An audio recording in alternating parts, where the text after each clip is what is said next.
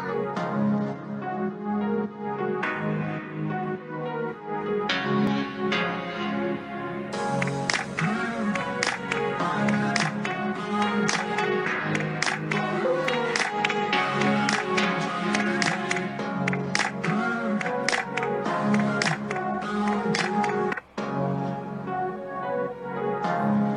pagi anak-anak, apa kabar semuanya? Semoga anak-anak semua dalam keadaan sehat dan tetap semangat untuk belajar. Sebelum mulai belajar, marilah kita berdoa agar pembelajaran hari ini diberikan kemudahan, kelancaran, serta ilmu yang didapat bisa bermanfaat. Berdoa, mulai.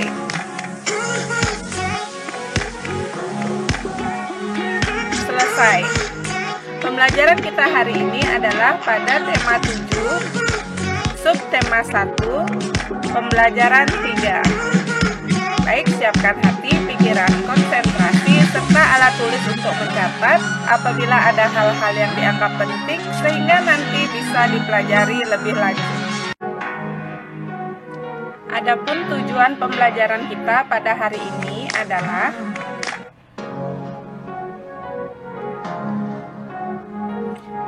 mengidentifikasi nilai-nilai ketuhanan dalam kehidupan, mengidentifikasi peran Indonesia di ASEAN dalam bidang ekonomi, mengidentifikasi unsur-unsur pokok dalam pidato, dan kompetensi yang diharapkan dalam pembelajaran kali ini adalah sikap menghargai perbedaan pendapat dengan orang lain dan cermat. Pada dimensi pengetahuan, nilai-nilai ketuhanan dalam kehidupan, peran Indonesia di ASEAN dalam bidang ekonomi, unsur-unsur pokok dalam pidato, dan pada aspek keterampilan, membuat laporan hasil pengamatan.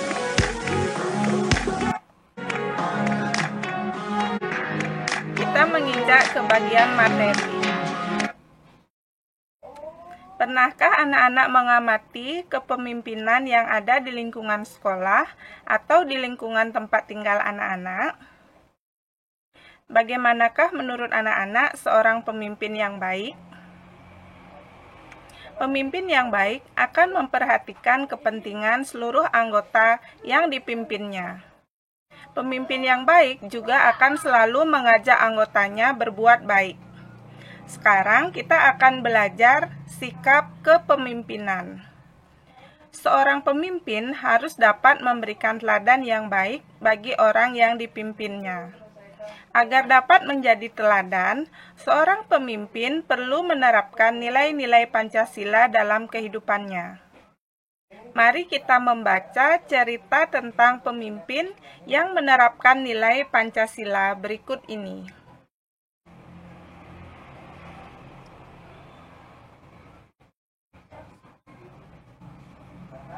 Setelah membaca teks berjudul Pak Abdi, diskusikan jawaban pertanyaan-pertanyaan berikut dengan kelompokmu. 1. Nilai-nilai kepemimpinan apakah yang dimiliki Pak Abdi? 2.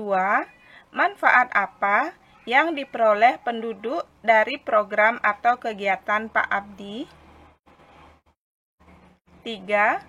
Apakah Pak Abdi sudah mengajak penduduknya mengamalkan nilai-nilai ketuhanan dalam kehidupan?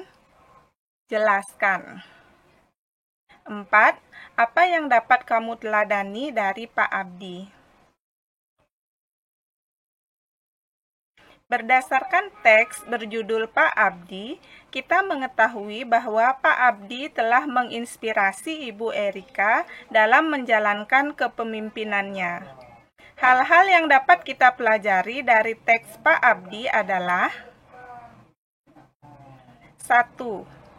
Pak Abdi memiliki nilai-nilai kepemimpinan antara lain mau terus belajar dari siapa saja, menjaga kerukunan beragama, bersyukur atas kebebasan hidup, menghargai jasa pahlawan, mengisi kemerdekaan dengan kegiatan positif, dan menerapkan nilai-nilai ketuhanan dalam kehidupan sehari-hari. 2. Penduduk memperoleh manfaat dari program dan kegiatan yang dilakukan Pak Abdi, antara lain dapat hidup dalam kerukunan antar umat beragama, mendapatkan perlindungan dari Tuhan Yang Maha Esa, dan mendapatkan kehidupan yang semakin maju, makmur, dan sejahtera. 3. Pak Abdi mengajak penduduk untuk mengamalkan nilai-nilai ketuhanan dalam kehidupan dengan cara berikut. Mengajak penduduk untuk bersyukur dan mengajak penduduk untuk melaksanakan kegiatan dengan niat sebagai ibadah kepada Tuhan. 4. Banyak hal yang dapat kita teladani dari Pak Abdi. Hal yang dapat kita teladani antara lain, menerapkan nilai-nilai ketuhanan dalam kehidupan sehari-hari, mengadakan kegiatan-kegiatan yang positif, dan selalu mengingatkan untuk hidup berdampingan dalam kerukunan. Seperti halnya Pak Abdi, kita juga perlu menerapkan nilai-nilai ketuhanan dalam kehidupan sehari-hari. Nilai-nilai ketuhanan terkandung dalam sila pertama Pancasila. Berikut nilai-nilai ketuhanan dalam sila pertama Pancasila. 1. Percaya dan takwa terhadap Tuhan Yang Maha Esa. 2. Mengembangkan sikap saling menghormati dan bekerja sama antar pemeluk agama serta penganut kepercayaan terhadap Tuhan Yang Maha Esa. 3. Membina kerukunan hidup antar sesama umat beragama dan kepercayaan terhadap Tuhan Yang Maha Esa. 4. Agama dan kepercayaan terhadap Tuhan Yang Maha Esa adalah masalah yang menyangkut hubungan pribadi manusia dengan Tuhan Yang Maha Esa. 5. Mengembangkan sikap saling menghormati kebebasan menjalankan ibadah sesuai agama dan kepercayaan masing-masing. 6. Tidak memaksakan suatu agama atau kepercayaan terhadap Tuhan Yang Maha Esa kepada orang lain.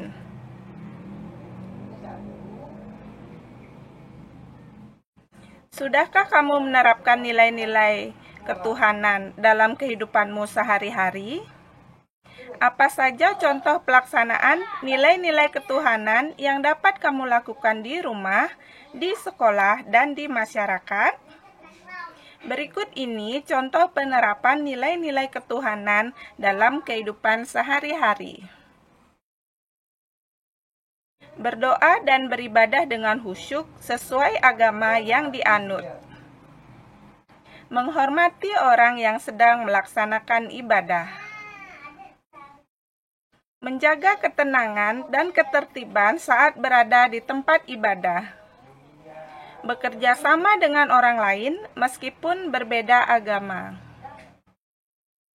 Membersihkan tempat ibadah agar dapat digunakan bersama.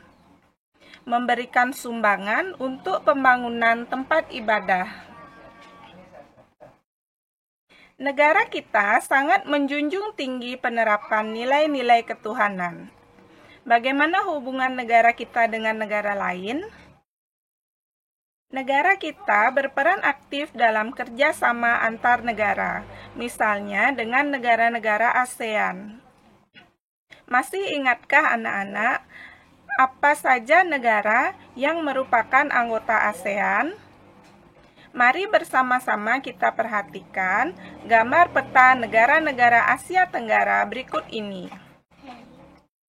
Negara apa saja yang termasuk dalam wilayah Asia Tenggara? Negara apa saja yang termasuk anggota ASEAN? Apa sumber daya yang menjadi keunggulan tiap negara ASEAN? Apa produk yang dihasilkan dan diekspor oleh tiap negara anggota ASEAN? Ke negara mana produk tersebut diekspor? Apa produk yang diimpor tiap negara ASEAN? Dari negara mana produk tersebut diimpor? Apa peran Indonesia dalam bidang ekonomi di ASEAN? Secara geografis, Asia Tenggara terletak di antara benua Australia dan benua Asia. Asia Tenggara juga terletak di antara dua samudra, yakni Samudra Hindia dan Samudra Pasifik. Pada 8 Agustus 1867, negara-negara Asia Tenggara membentuk suatu organisasi yang diberi nama ASEAN. Hingga saat ini, ada 10 negara di Asia Tenggara yang tergabung dalam ASEAN. Ke-10 negara tersebut antara lain Indonesia, Malaysia, Singapura, Brunei Darussalam, Filipina, Myanmar, Thailand, Kamboja, Vietnam, dan Laos. Meskipun terletak dalam satu kawasan, negara anggota ASEAN memiliki sumber daya alam yang berbeda. Komoditas ekspor dan impor di masing-masing negara juga berbeda. Sumber daya alam unggulan Indonesia diantaranya kopi. Kopi juga merupakan komoditas ekspor negara Indonesia. Kopi dari Indonesia diekspor ke berbagai negara seperti Malaysia, Singapura, dan Vietnam.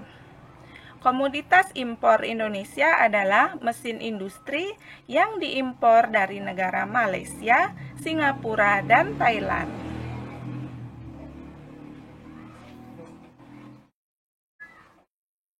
Negara anggota ASEAN mengadakan kerjasama dalam berbagai bidang, di antaranya di bidang ekonomi. Sebagai negara anggota, Indonesia memiliki peran dalam perekonomian ASEAN. Peran Indonesia dalam perekonomian ASEAN di antaranya mengadakan kerjasama di sektor jasa, seperti angkatan udara dan laut, bisnis, konstruksi, telekomunikasi, pariwisata, keuangan, kesehatan, dan logistik. Kerjasama tersebut bertujuan meningkatkan perekonomian negara Asia Tenggara. Mengadakan kerjasama di sektor investasi. Indonesia berperan dalam penanaman modal di negara anggota ASEAN. Penanaman modal tersebut bertujuan mengembangkan dan meningkatkan perekonomian negara anggota ASEAN. Mengadakan kerjasama di sektor pembangunan. Indonesia berperan dalam kerjasama di sektor pembangunan antar negara ASEAN. Kerjasama tersebut bertujuan mempercepat pembangunan ekonomi negara anggota ASEAN. Kerjasama yang dilakukan meliputi peningkatan arus investasi, pengembangan infrastruktur, pengembangan sumber daya alam dan manusia, serta pengembangan industri. Mengadakan kerjasama di sektor energi dan mineral. Indonesia berperan dalam kerjasama di sektor energi dan mineral. Kerjasama tersebut bertujuan memastikan ketersediaan sumber energi yang terjangkau bagi pembangunan di ASEAN. Mengadakan kerjasama di sektor usaha mikro kecil dan menengah. Indonesia berperan dalam mengembangkan sektor usaha mikro kecil dan menengah atau UMKM di ASEAN. Kerjasama tersebut bertujuan memberi kesempatan pada UMKM berpartisipasi langsung dalam perdagangan intra-ASEAN. Mengadakan kerjasama di subsektor pertanian dan kehutanan. Indonesia berperan dalam kerjasama mengembangkan wilayah-wilayah yang berpotensi dalam bidang pertanian, peternakan, perikanan, dan kehutanan. Kerjasama tersebut bertujuan mengembangkan usaha pertanian, peternakan, perikanan, dan kehutanan negara anggota ASEAN. Mengadakan kerjasama di sektor komoditas dan sumber daya alam. Indonesia berperan dalam kerjasama menyiapkan kerangka kerja untuk mengelola sumber daya alam. Kerjasama tersebut bertujuan mendorong pertumbuhan ekonomi dan meningkatkan kemakmuran masyarakat.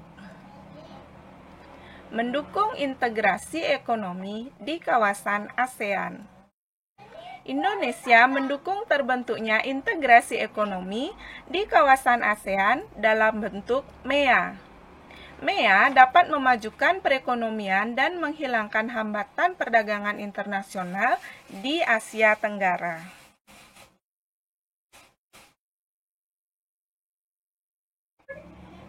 Lakukanlah pengamatan untuk menggali informasi dari berbagai sumber belajar, misalnya perpustakaan digital ataupun media internet lainnya, tentang peran Indonesia dalam perekonomian ASEAN.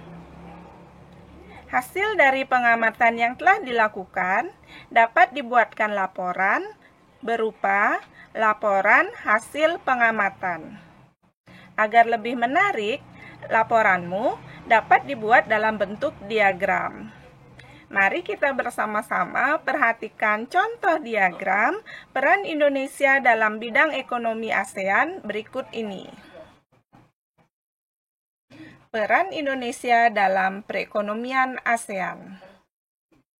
Mengadakan kerjasama di sektor investasi, mengadakan kerjasama di sektor pembangunan, mengadakan kerjasama di sektor energi dan mineral, mengadakan kerjasama di sektor usaha mikro kecil dan menengah, mengadakan kerjasama di subsektor pertanian dan kehutanan, mengadakan kerjasama di sektor komoditas dan sumber daya alam, mendukung integrasi ekonomi di kawasan ASEAN, dan mengadakan kerjasama di sektor jasa. Pada pembelajaran 1 dan 2, anak-anak telah membaca teks pidato. Pada bacaan Pak Abdi, di pembelajaran 3 ini juga terdapat teks pidato. Keseluruhan teks pidato itu memuat hal-hal pokok yang sama. Teks pidato harus memuat hal-hal pokok sebagai berikut. Yang pertama ada salam pembuka. Salam pembuka terletak pada bagian paling awal teks pidato. Salam pembuka berisi kalimat sapaan seperti selamat pagi, salam sejahtera, atau Om Swastiastu. Yang kedua adalah pendahuluan. Pendahuluan berisi pemaparan tentang topik permasalahan yang akan disampaikan. Bagian ketiga adalah inti atau isi pidato. Bagian inti berisi pembahasan informasi yang akan disampaikan secara lengkap. Bagian inti juga berisi ajakan atau bujukan kepada pendengar untuk melakukan kegiatan yang diharapkan. Bagian keempat adalah penutup. Penutup berisi kesimpulan dari topik yang telah disampaikan, harapan, dan permintaan maaf jika ada kesalahan dalam penyampaian pidato. Dan bagian yang kelima adalah salam penutup. Salam penutup terletak pada bagian paling akhir teks pidato. Salam penutup berisi kalimat penutup seperti terima kasih.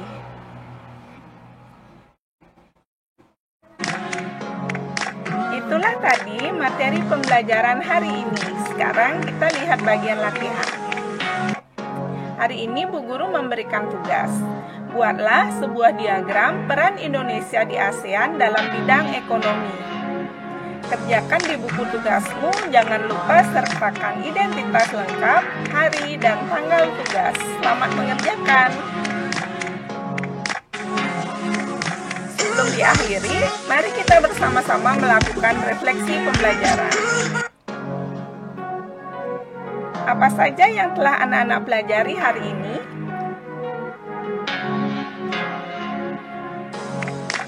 pengetahuan apa yang dapat dimanfaatkan dalam kehidupan sehari-hari.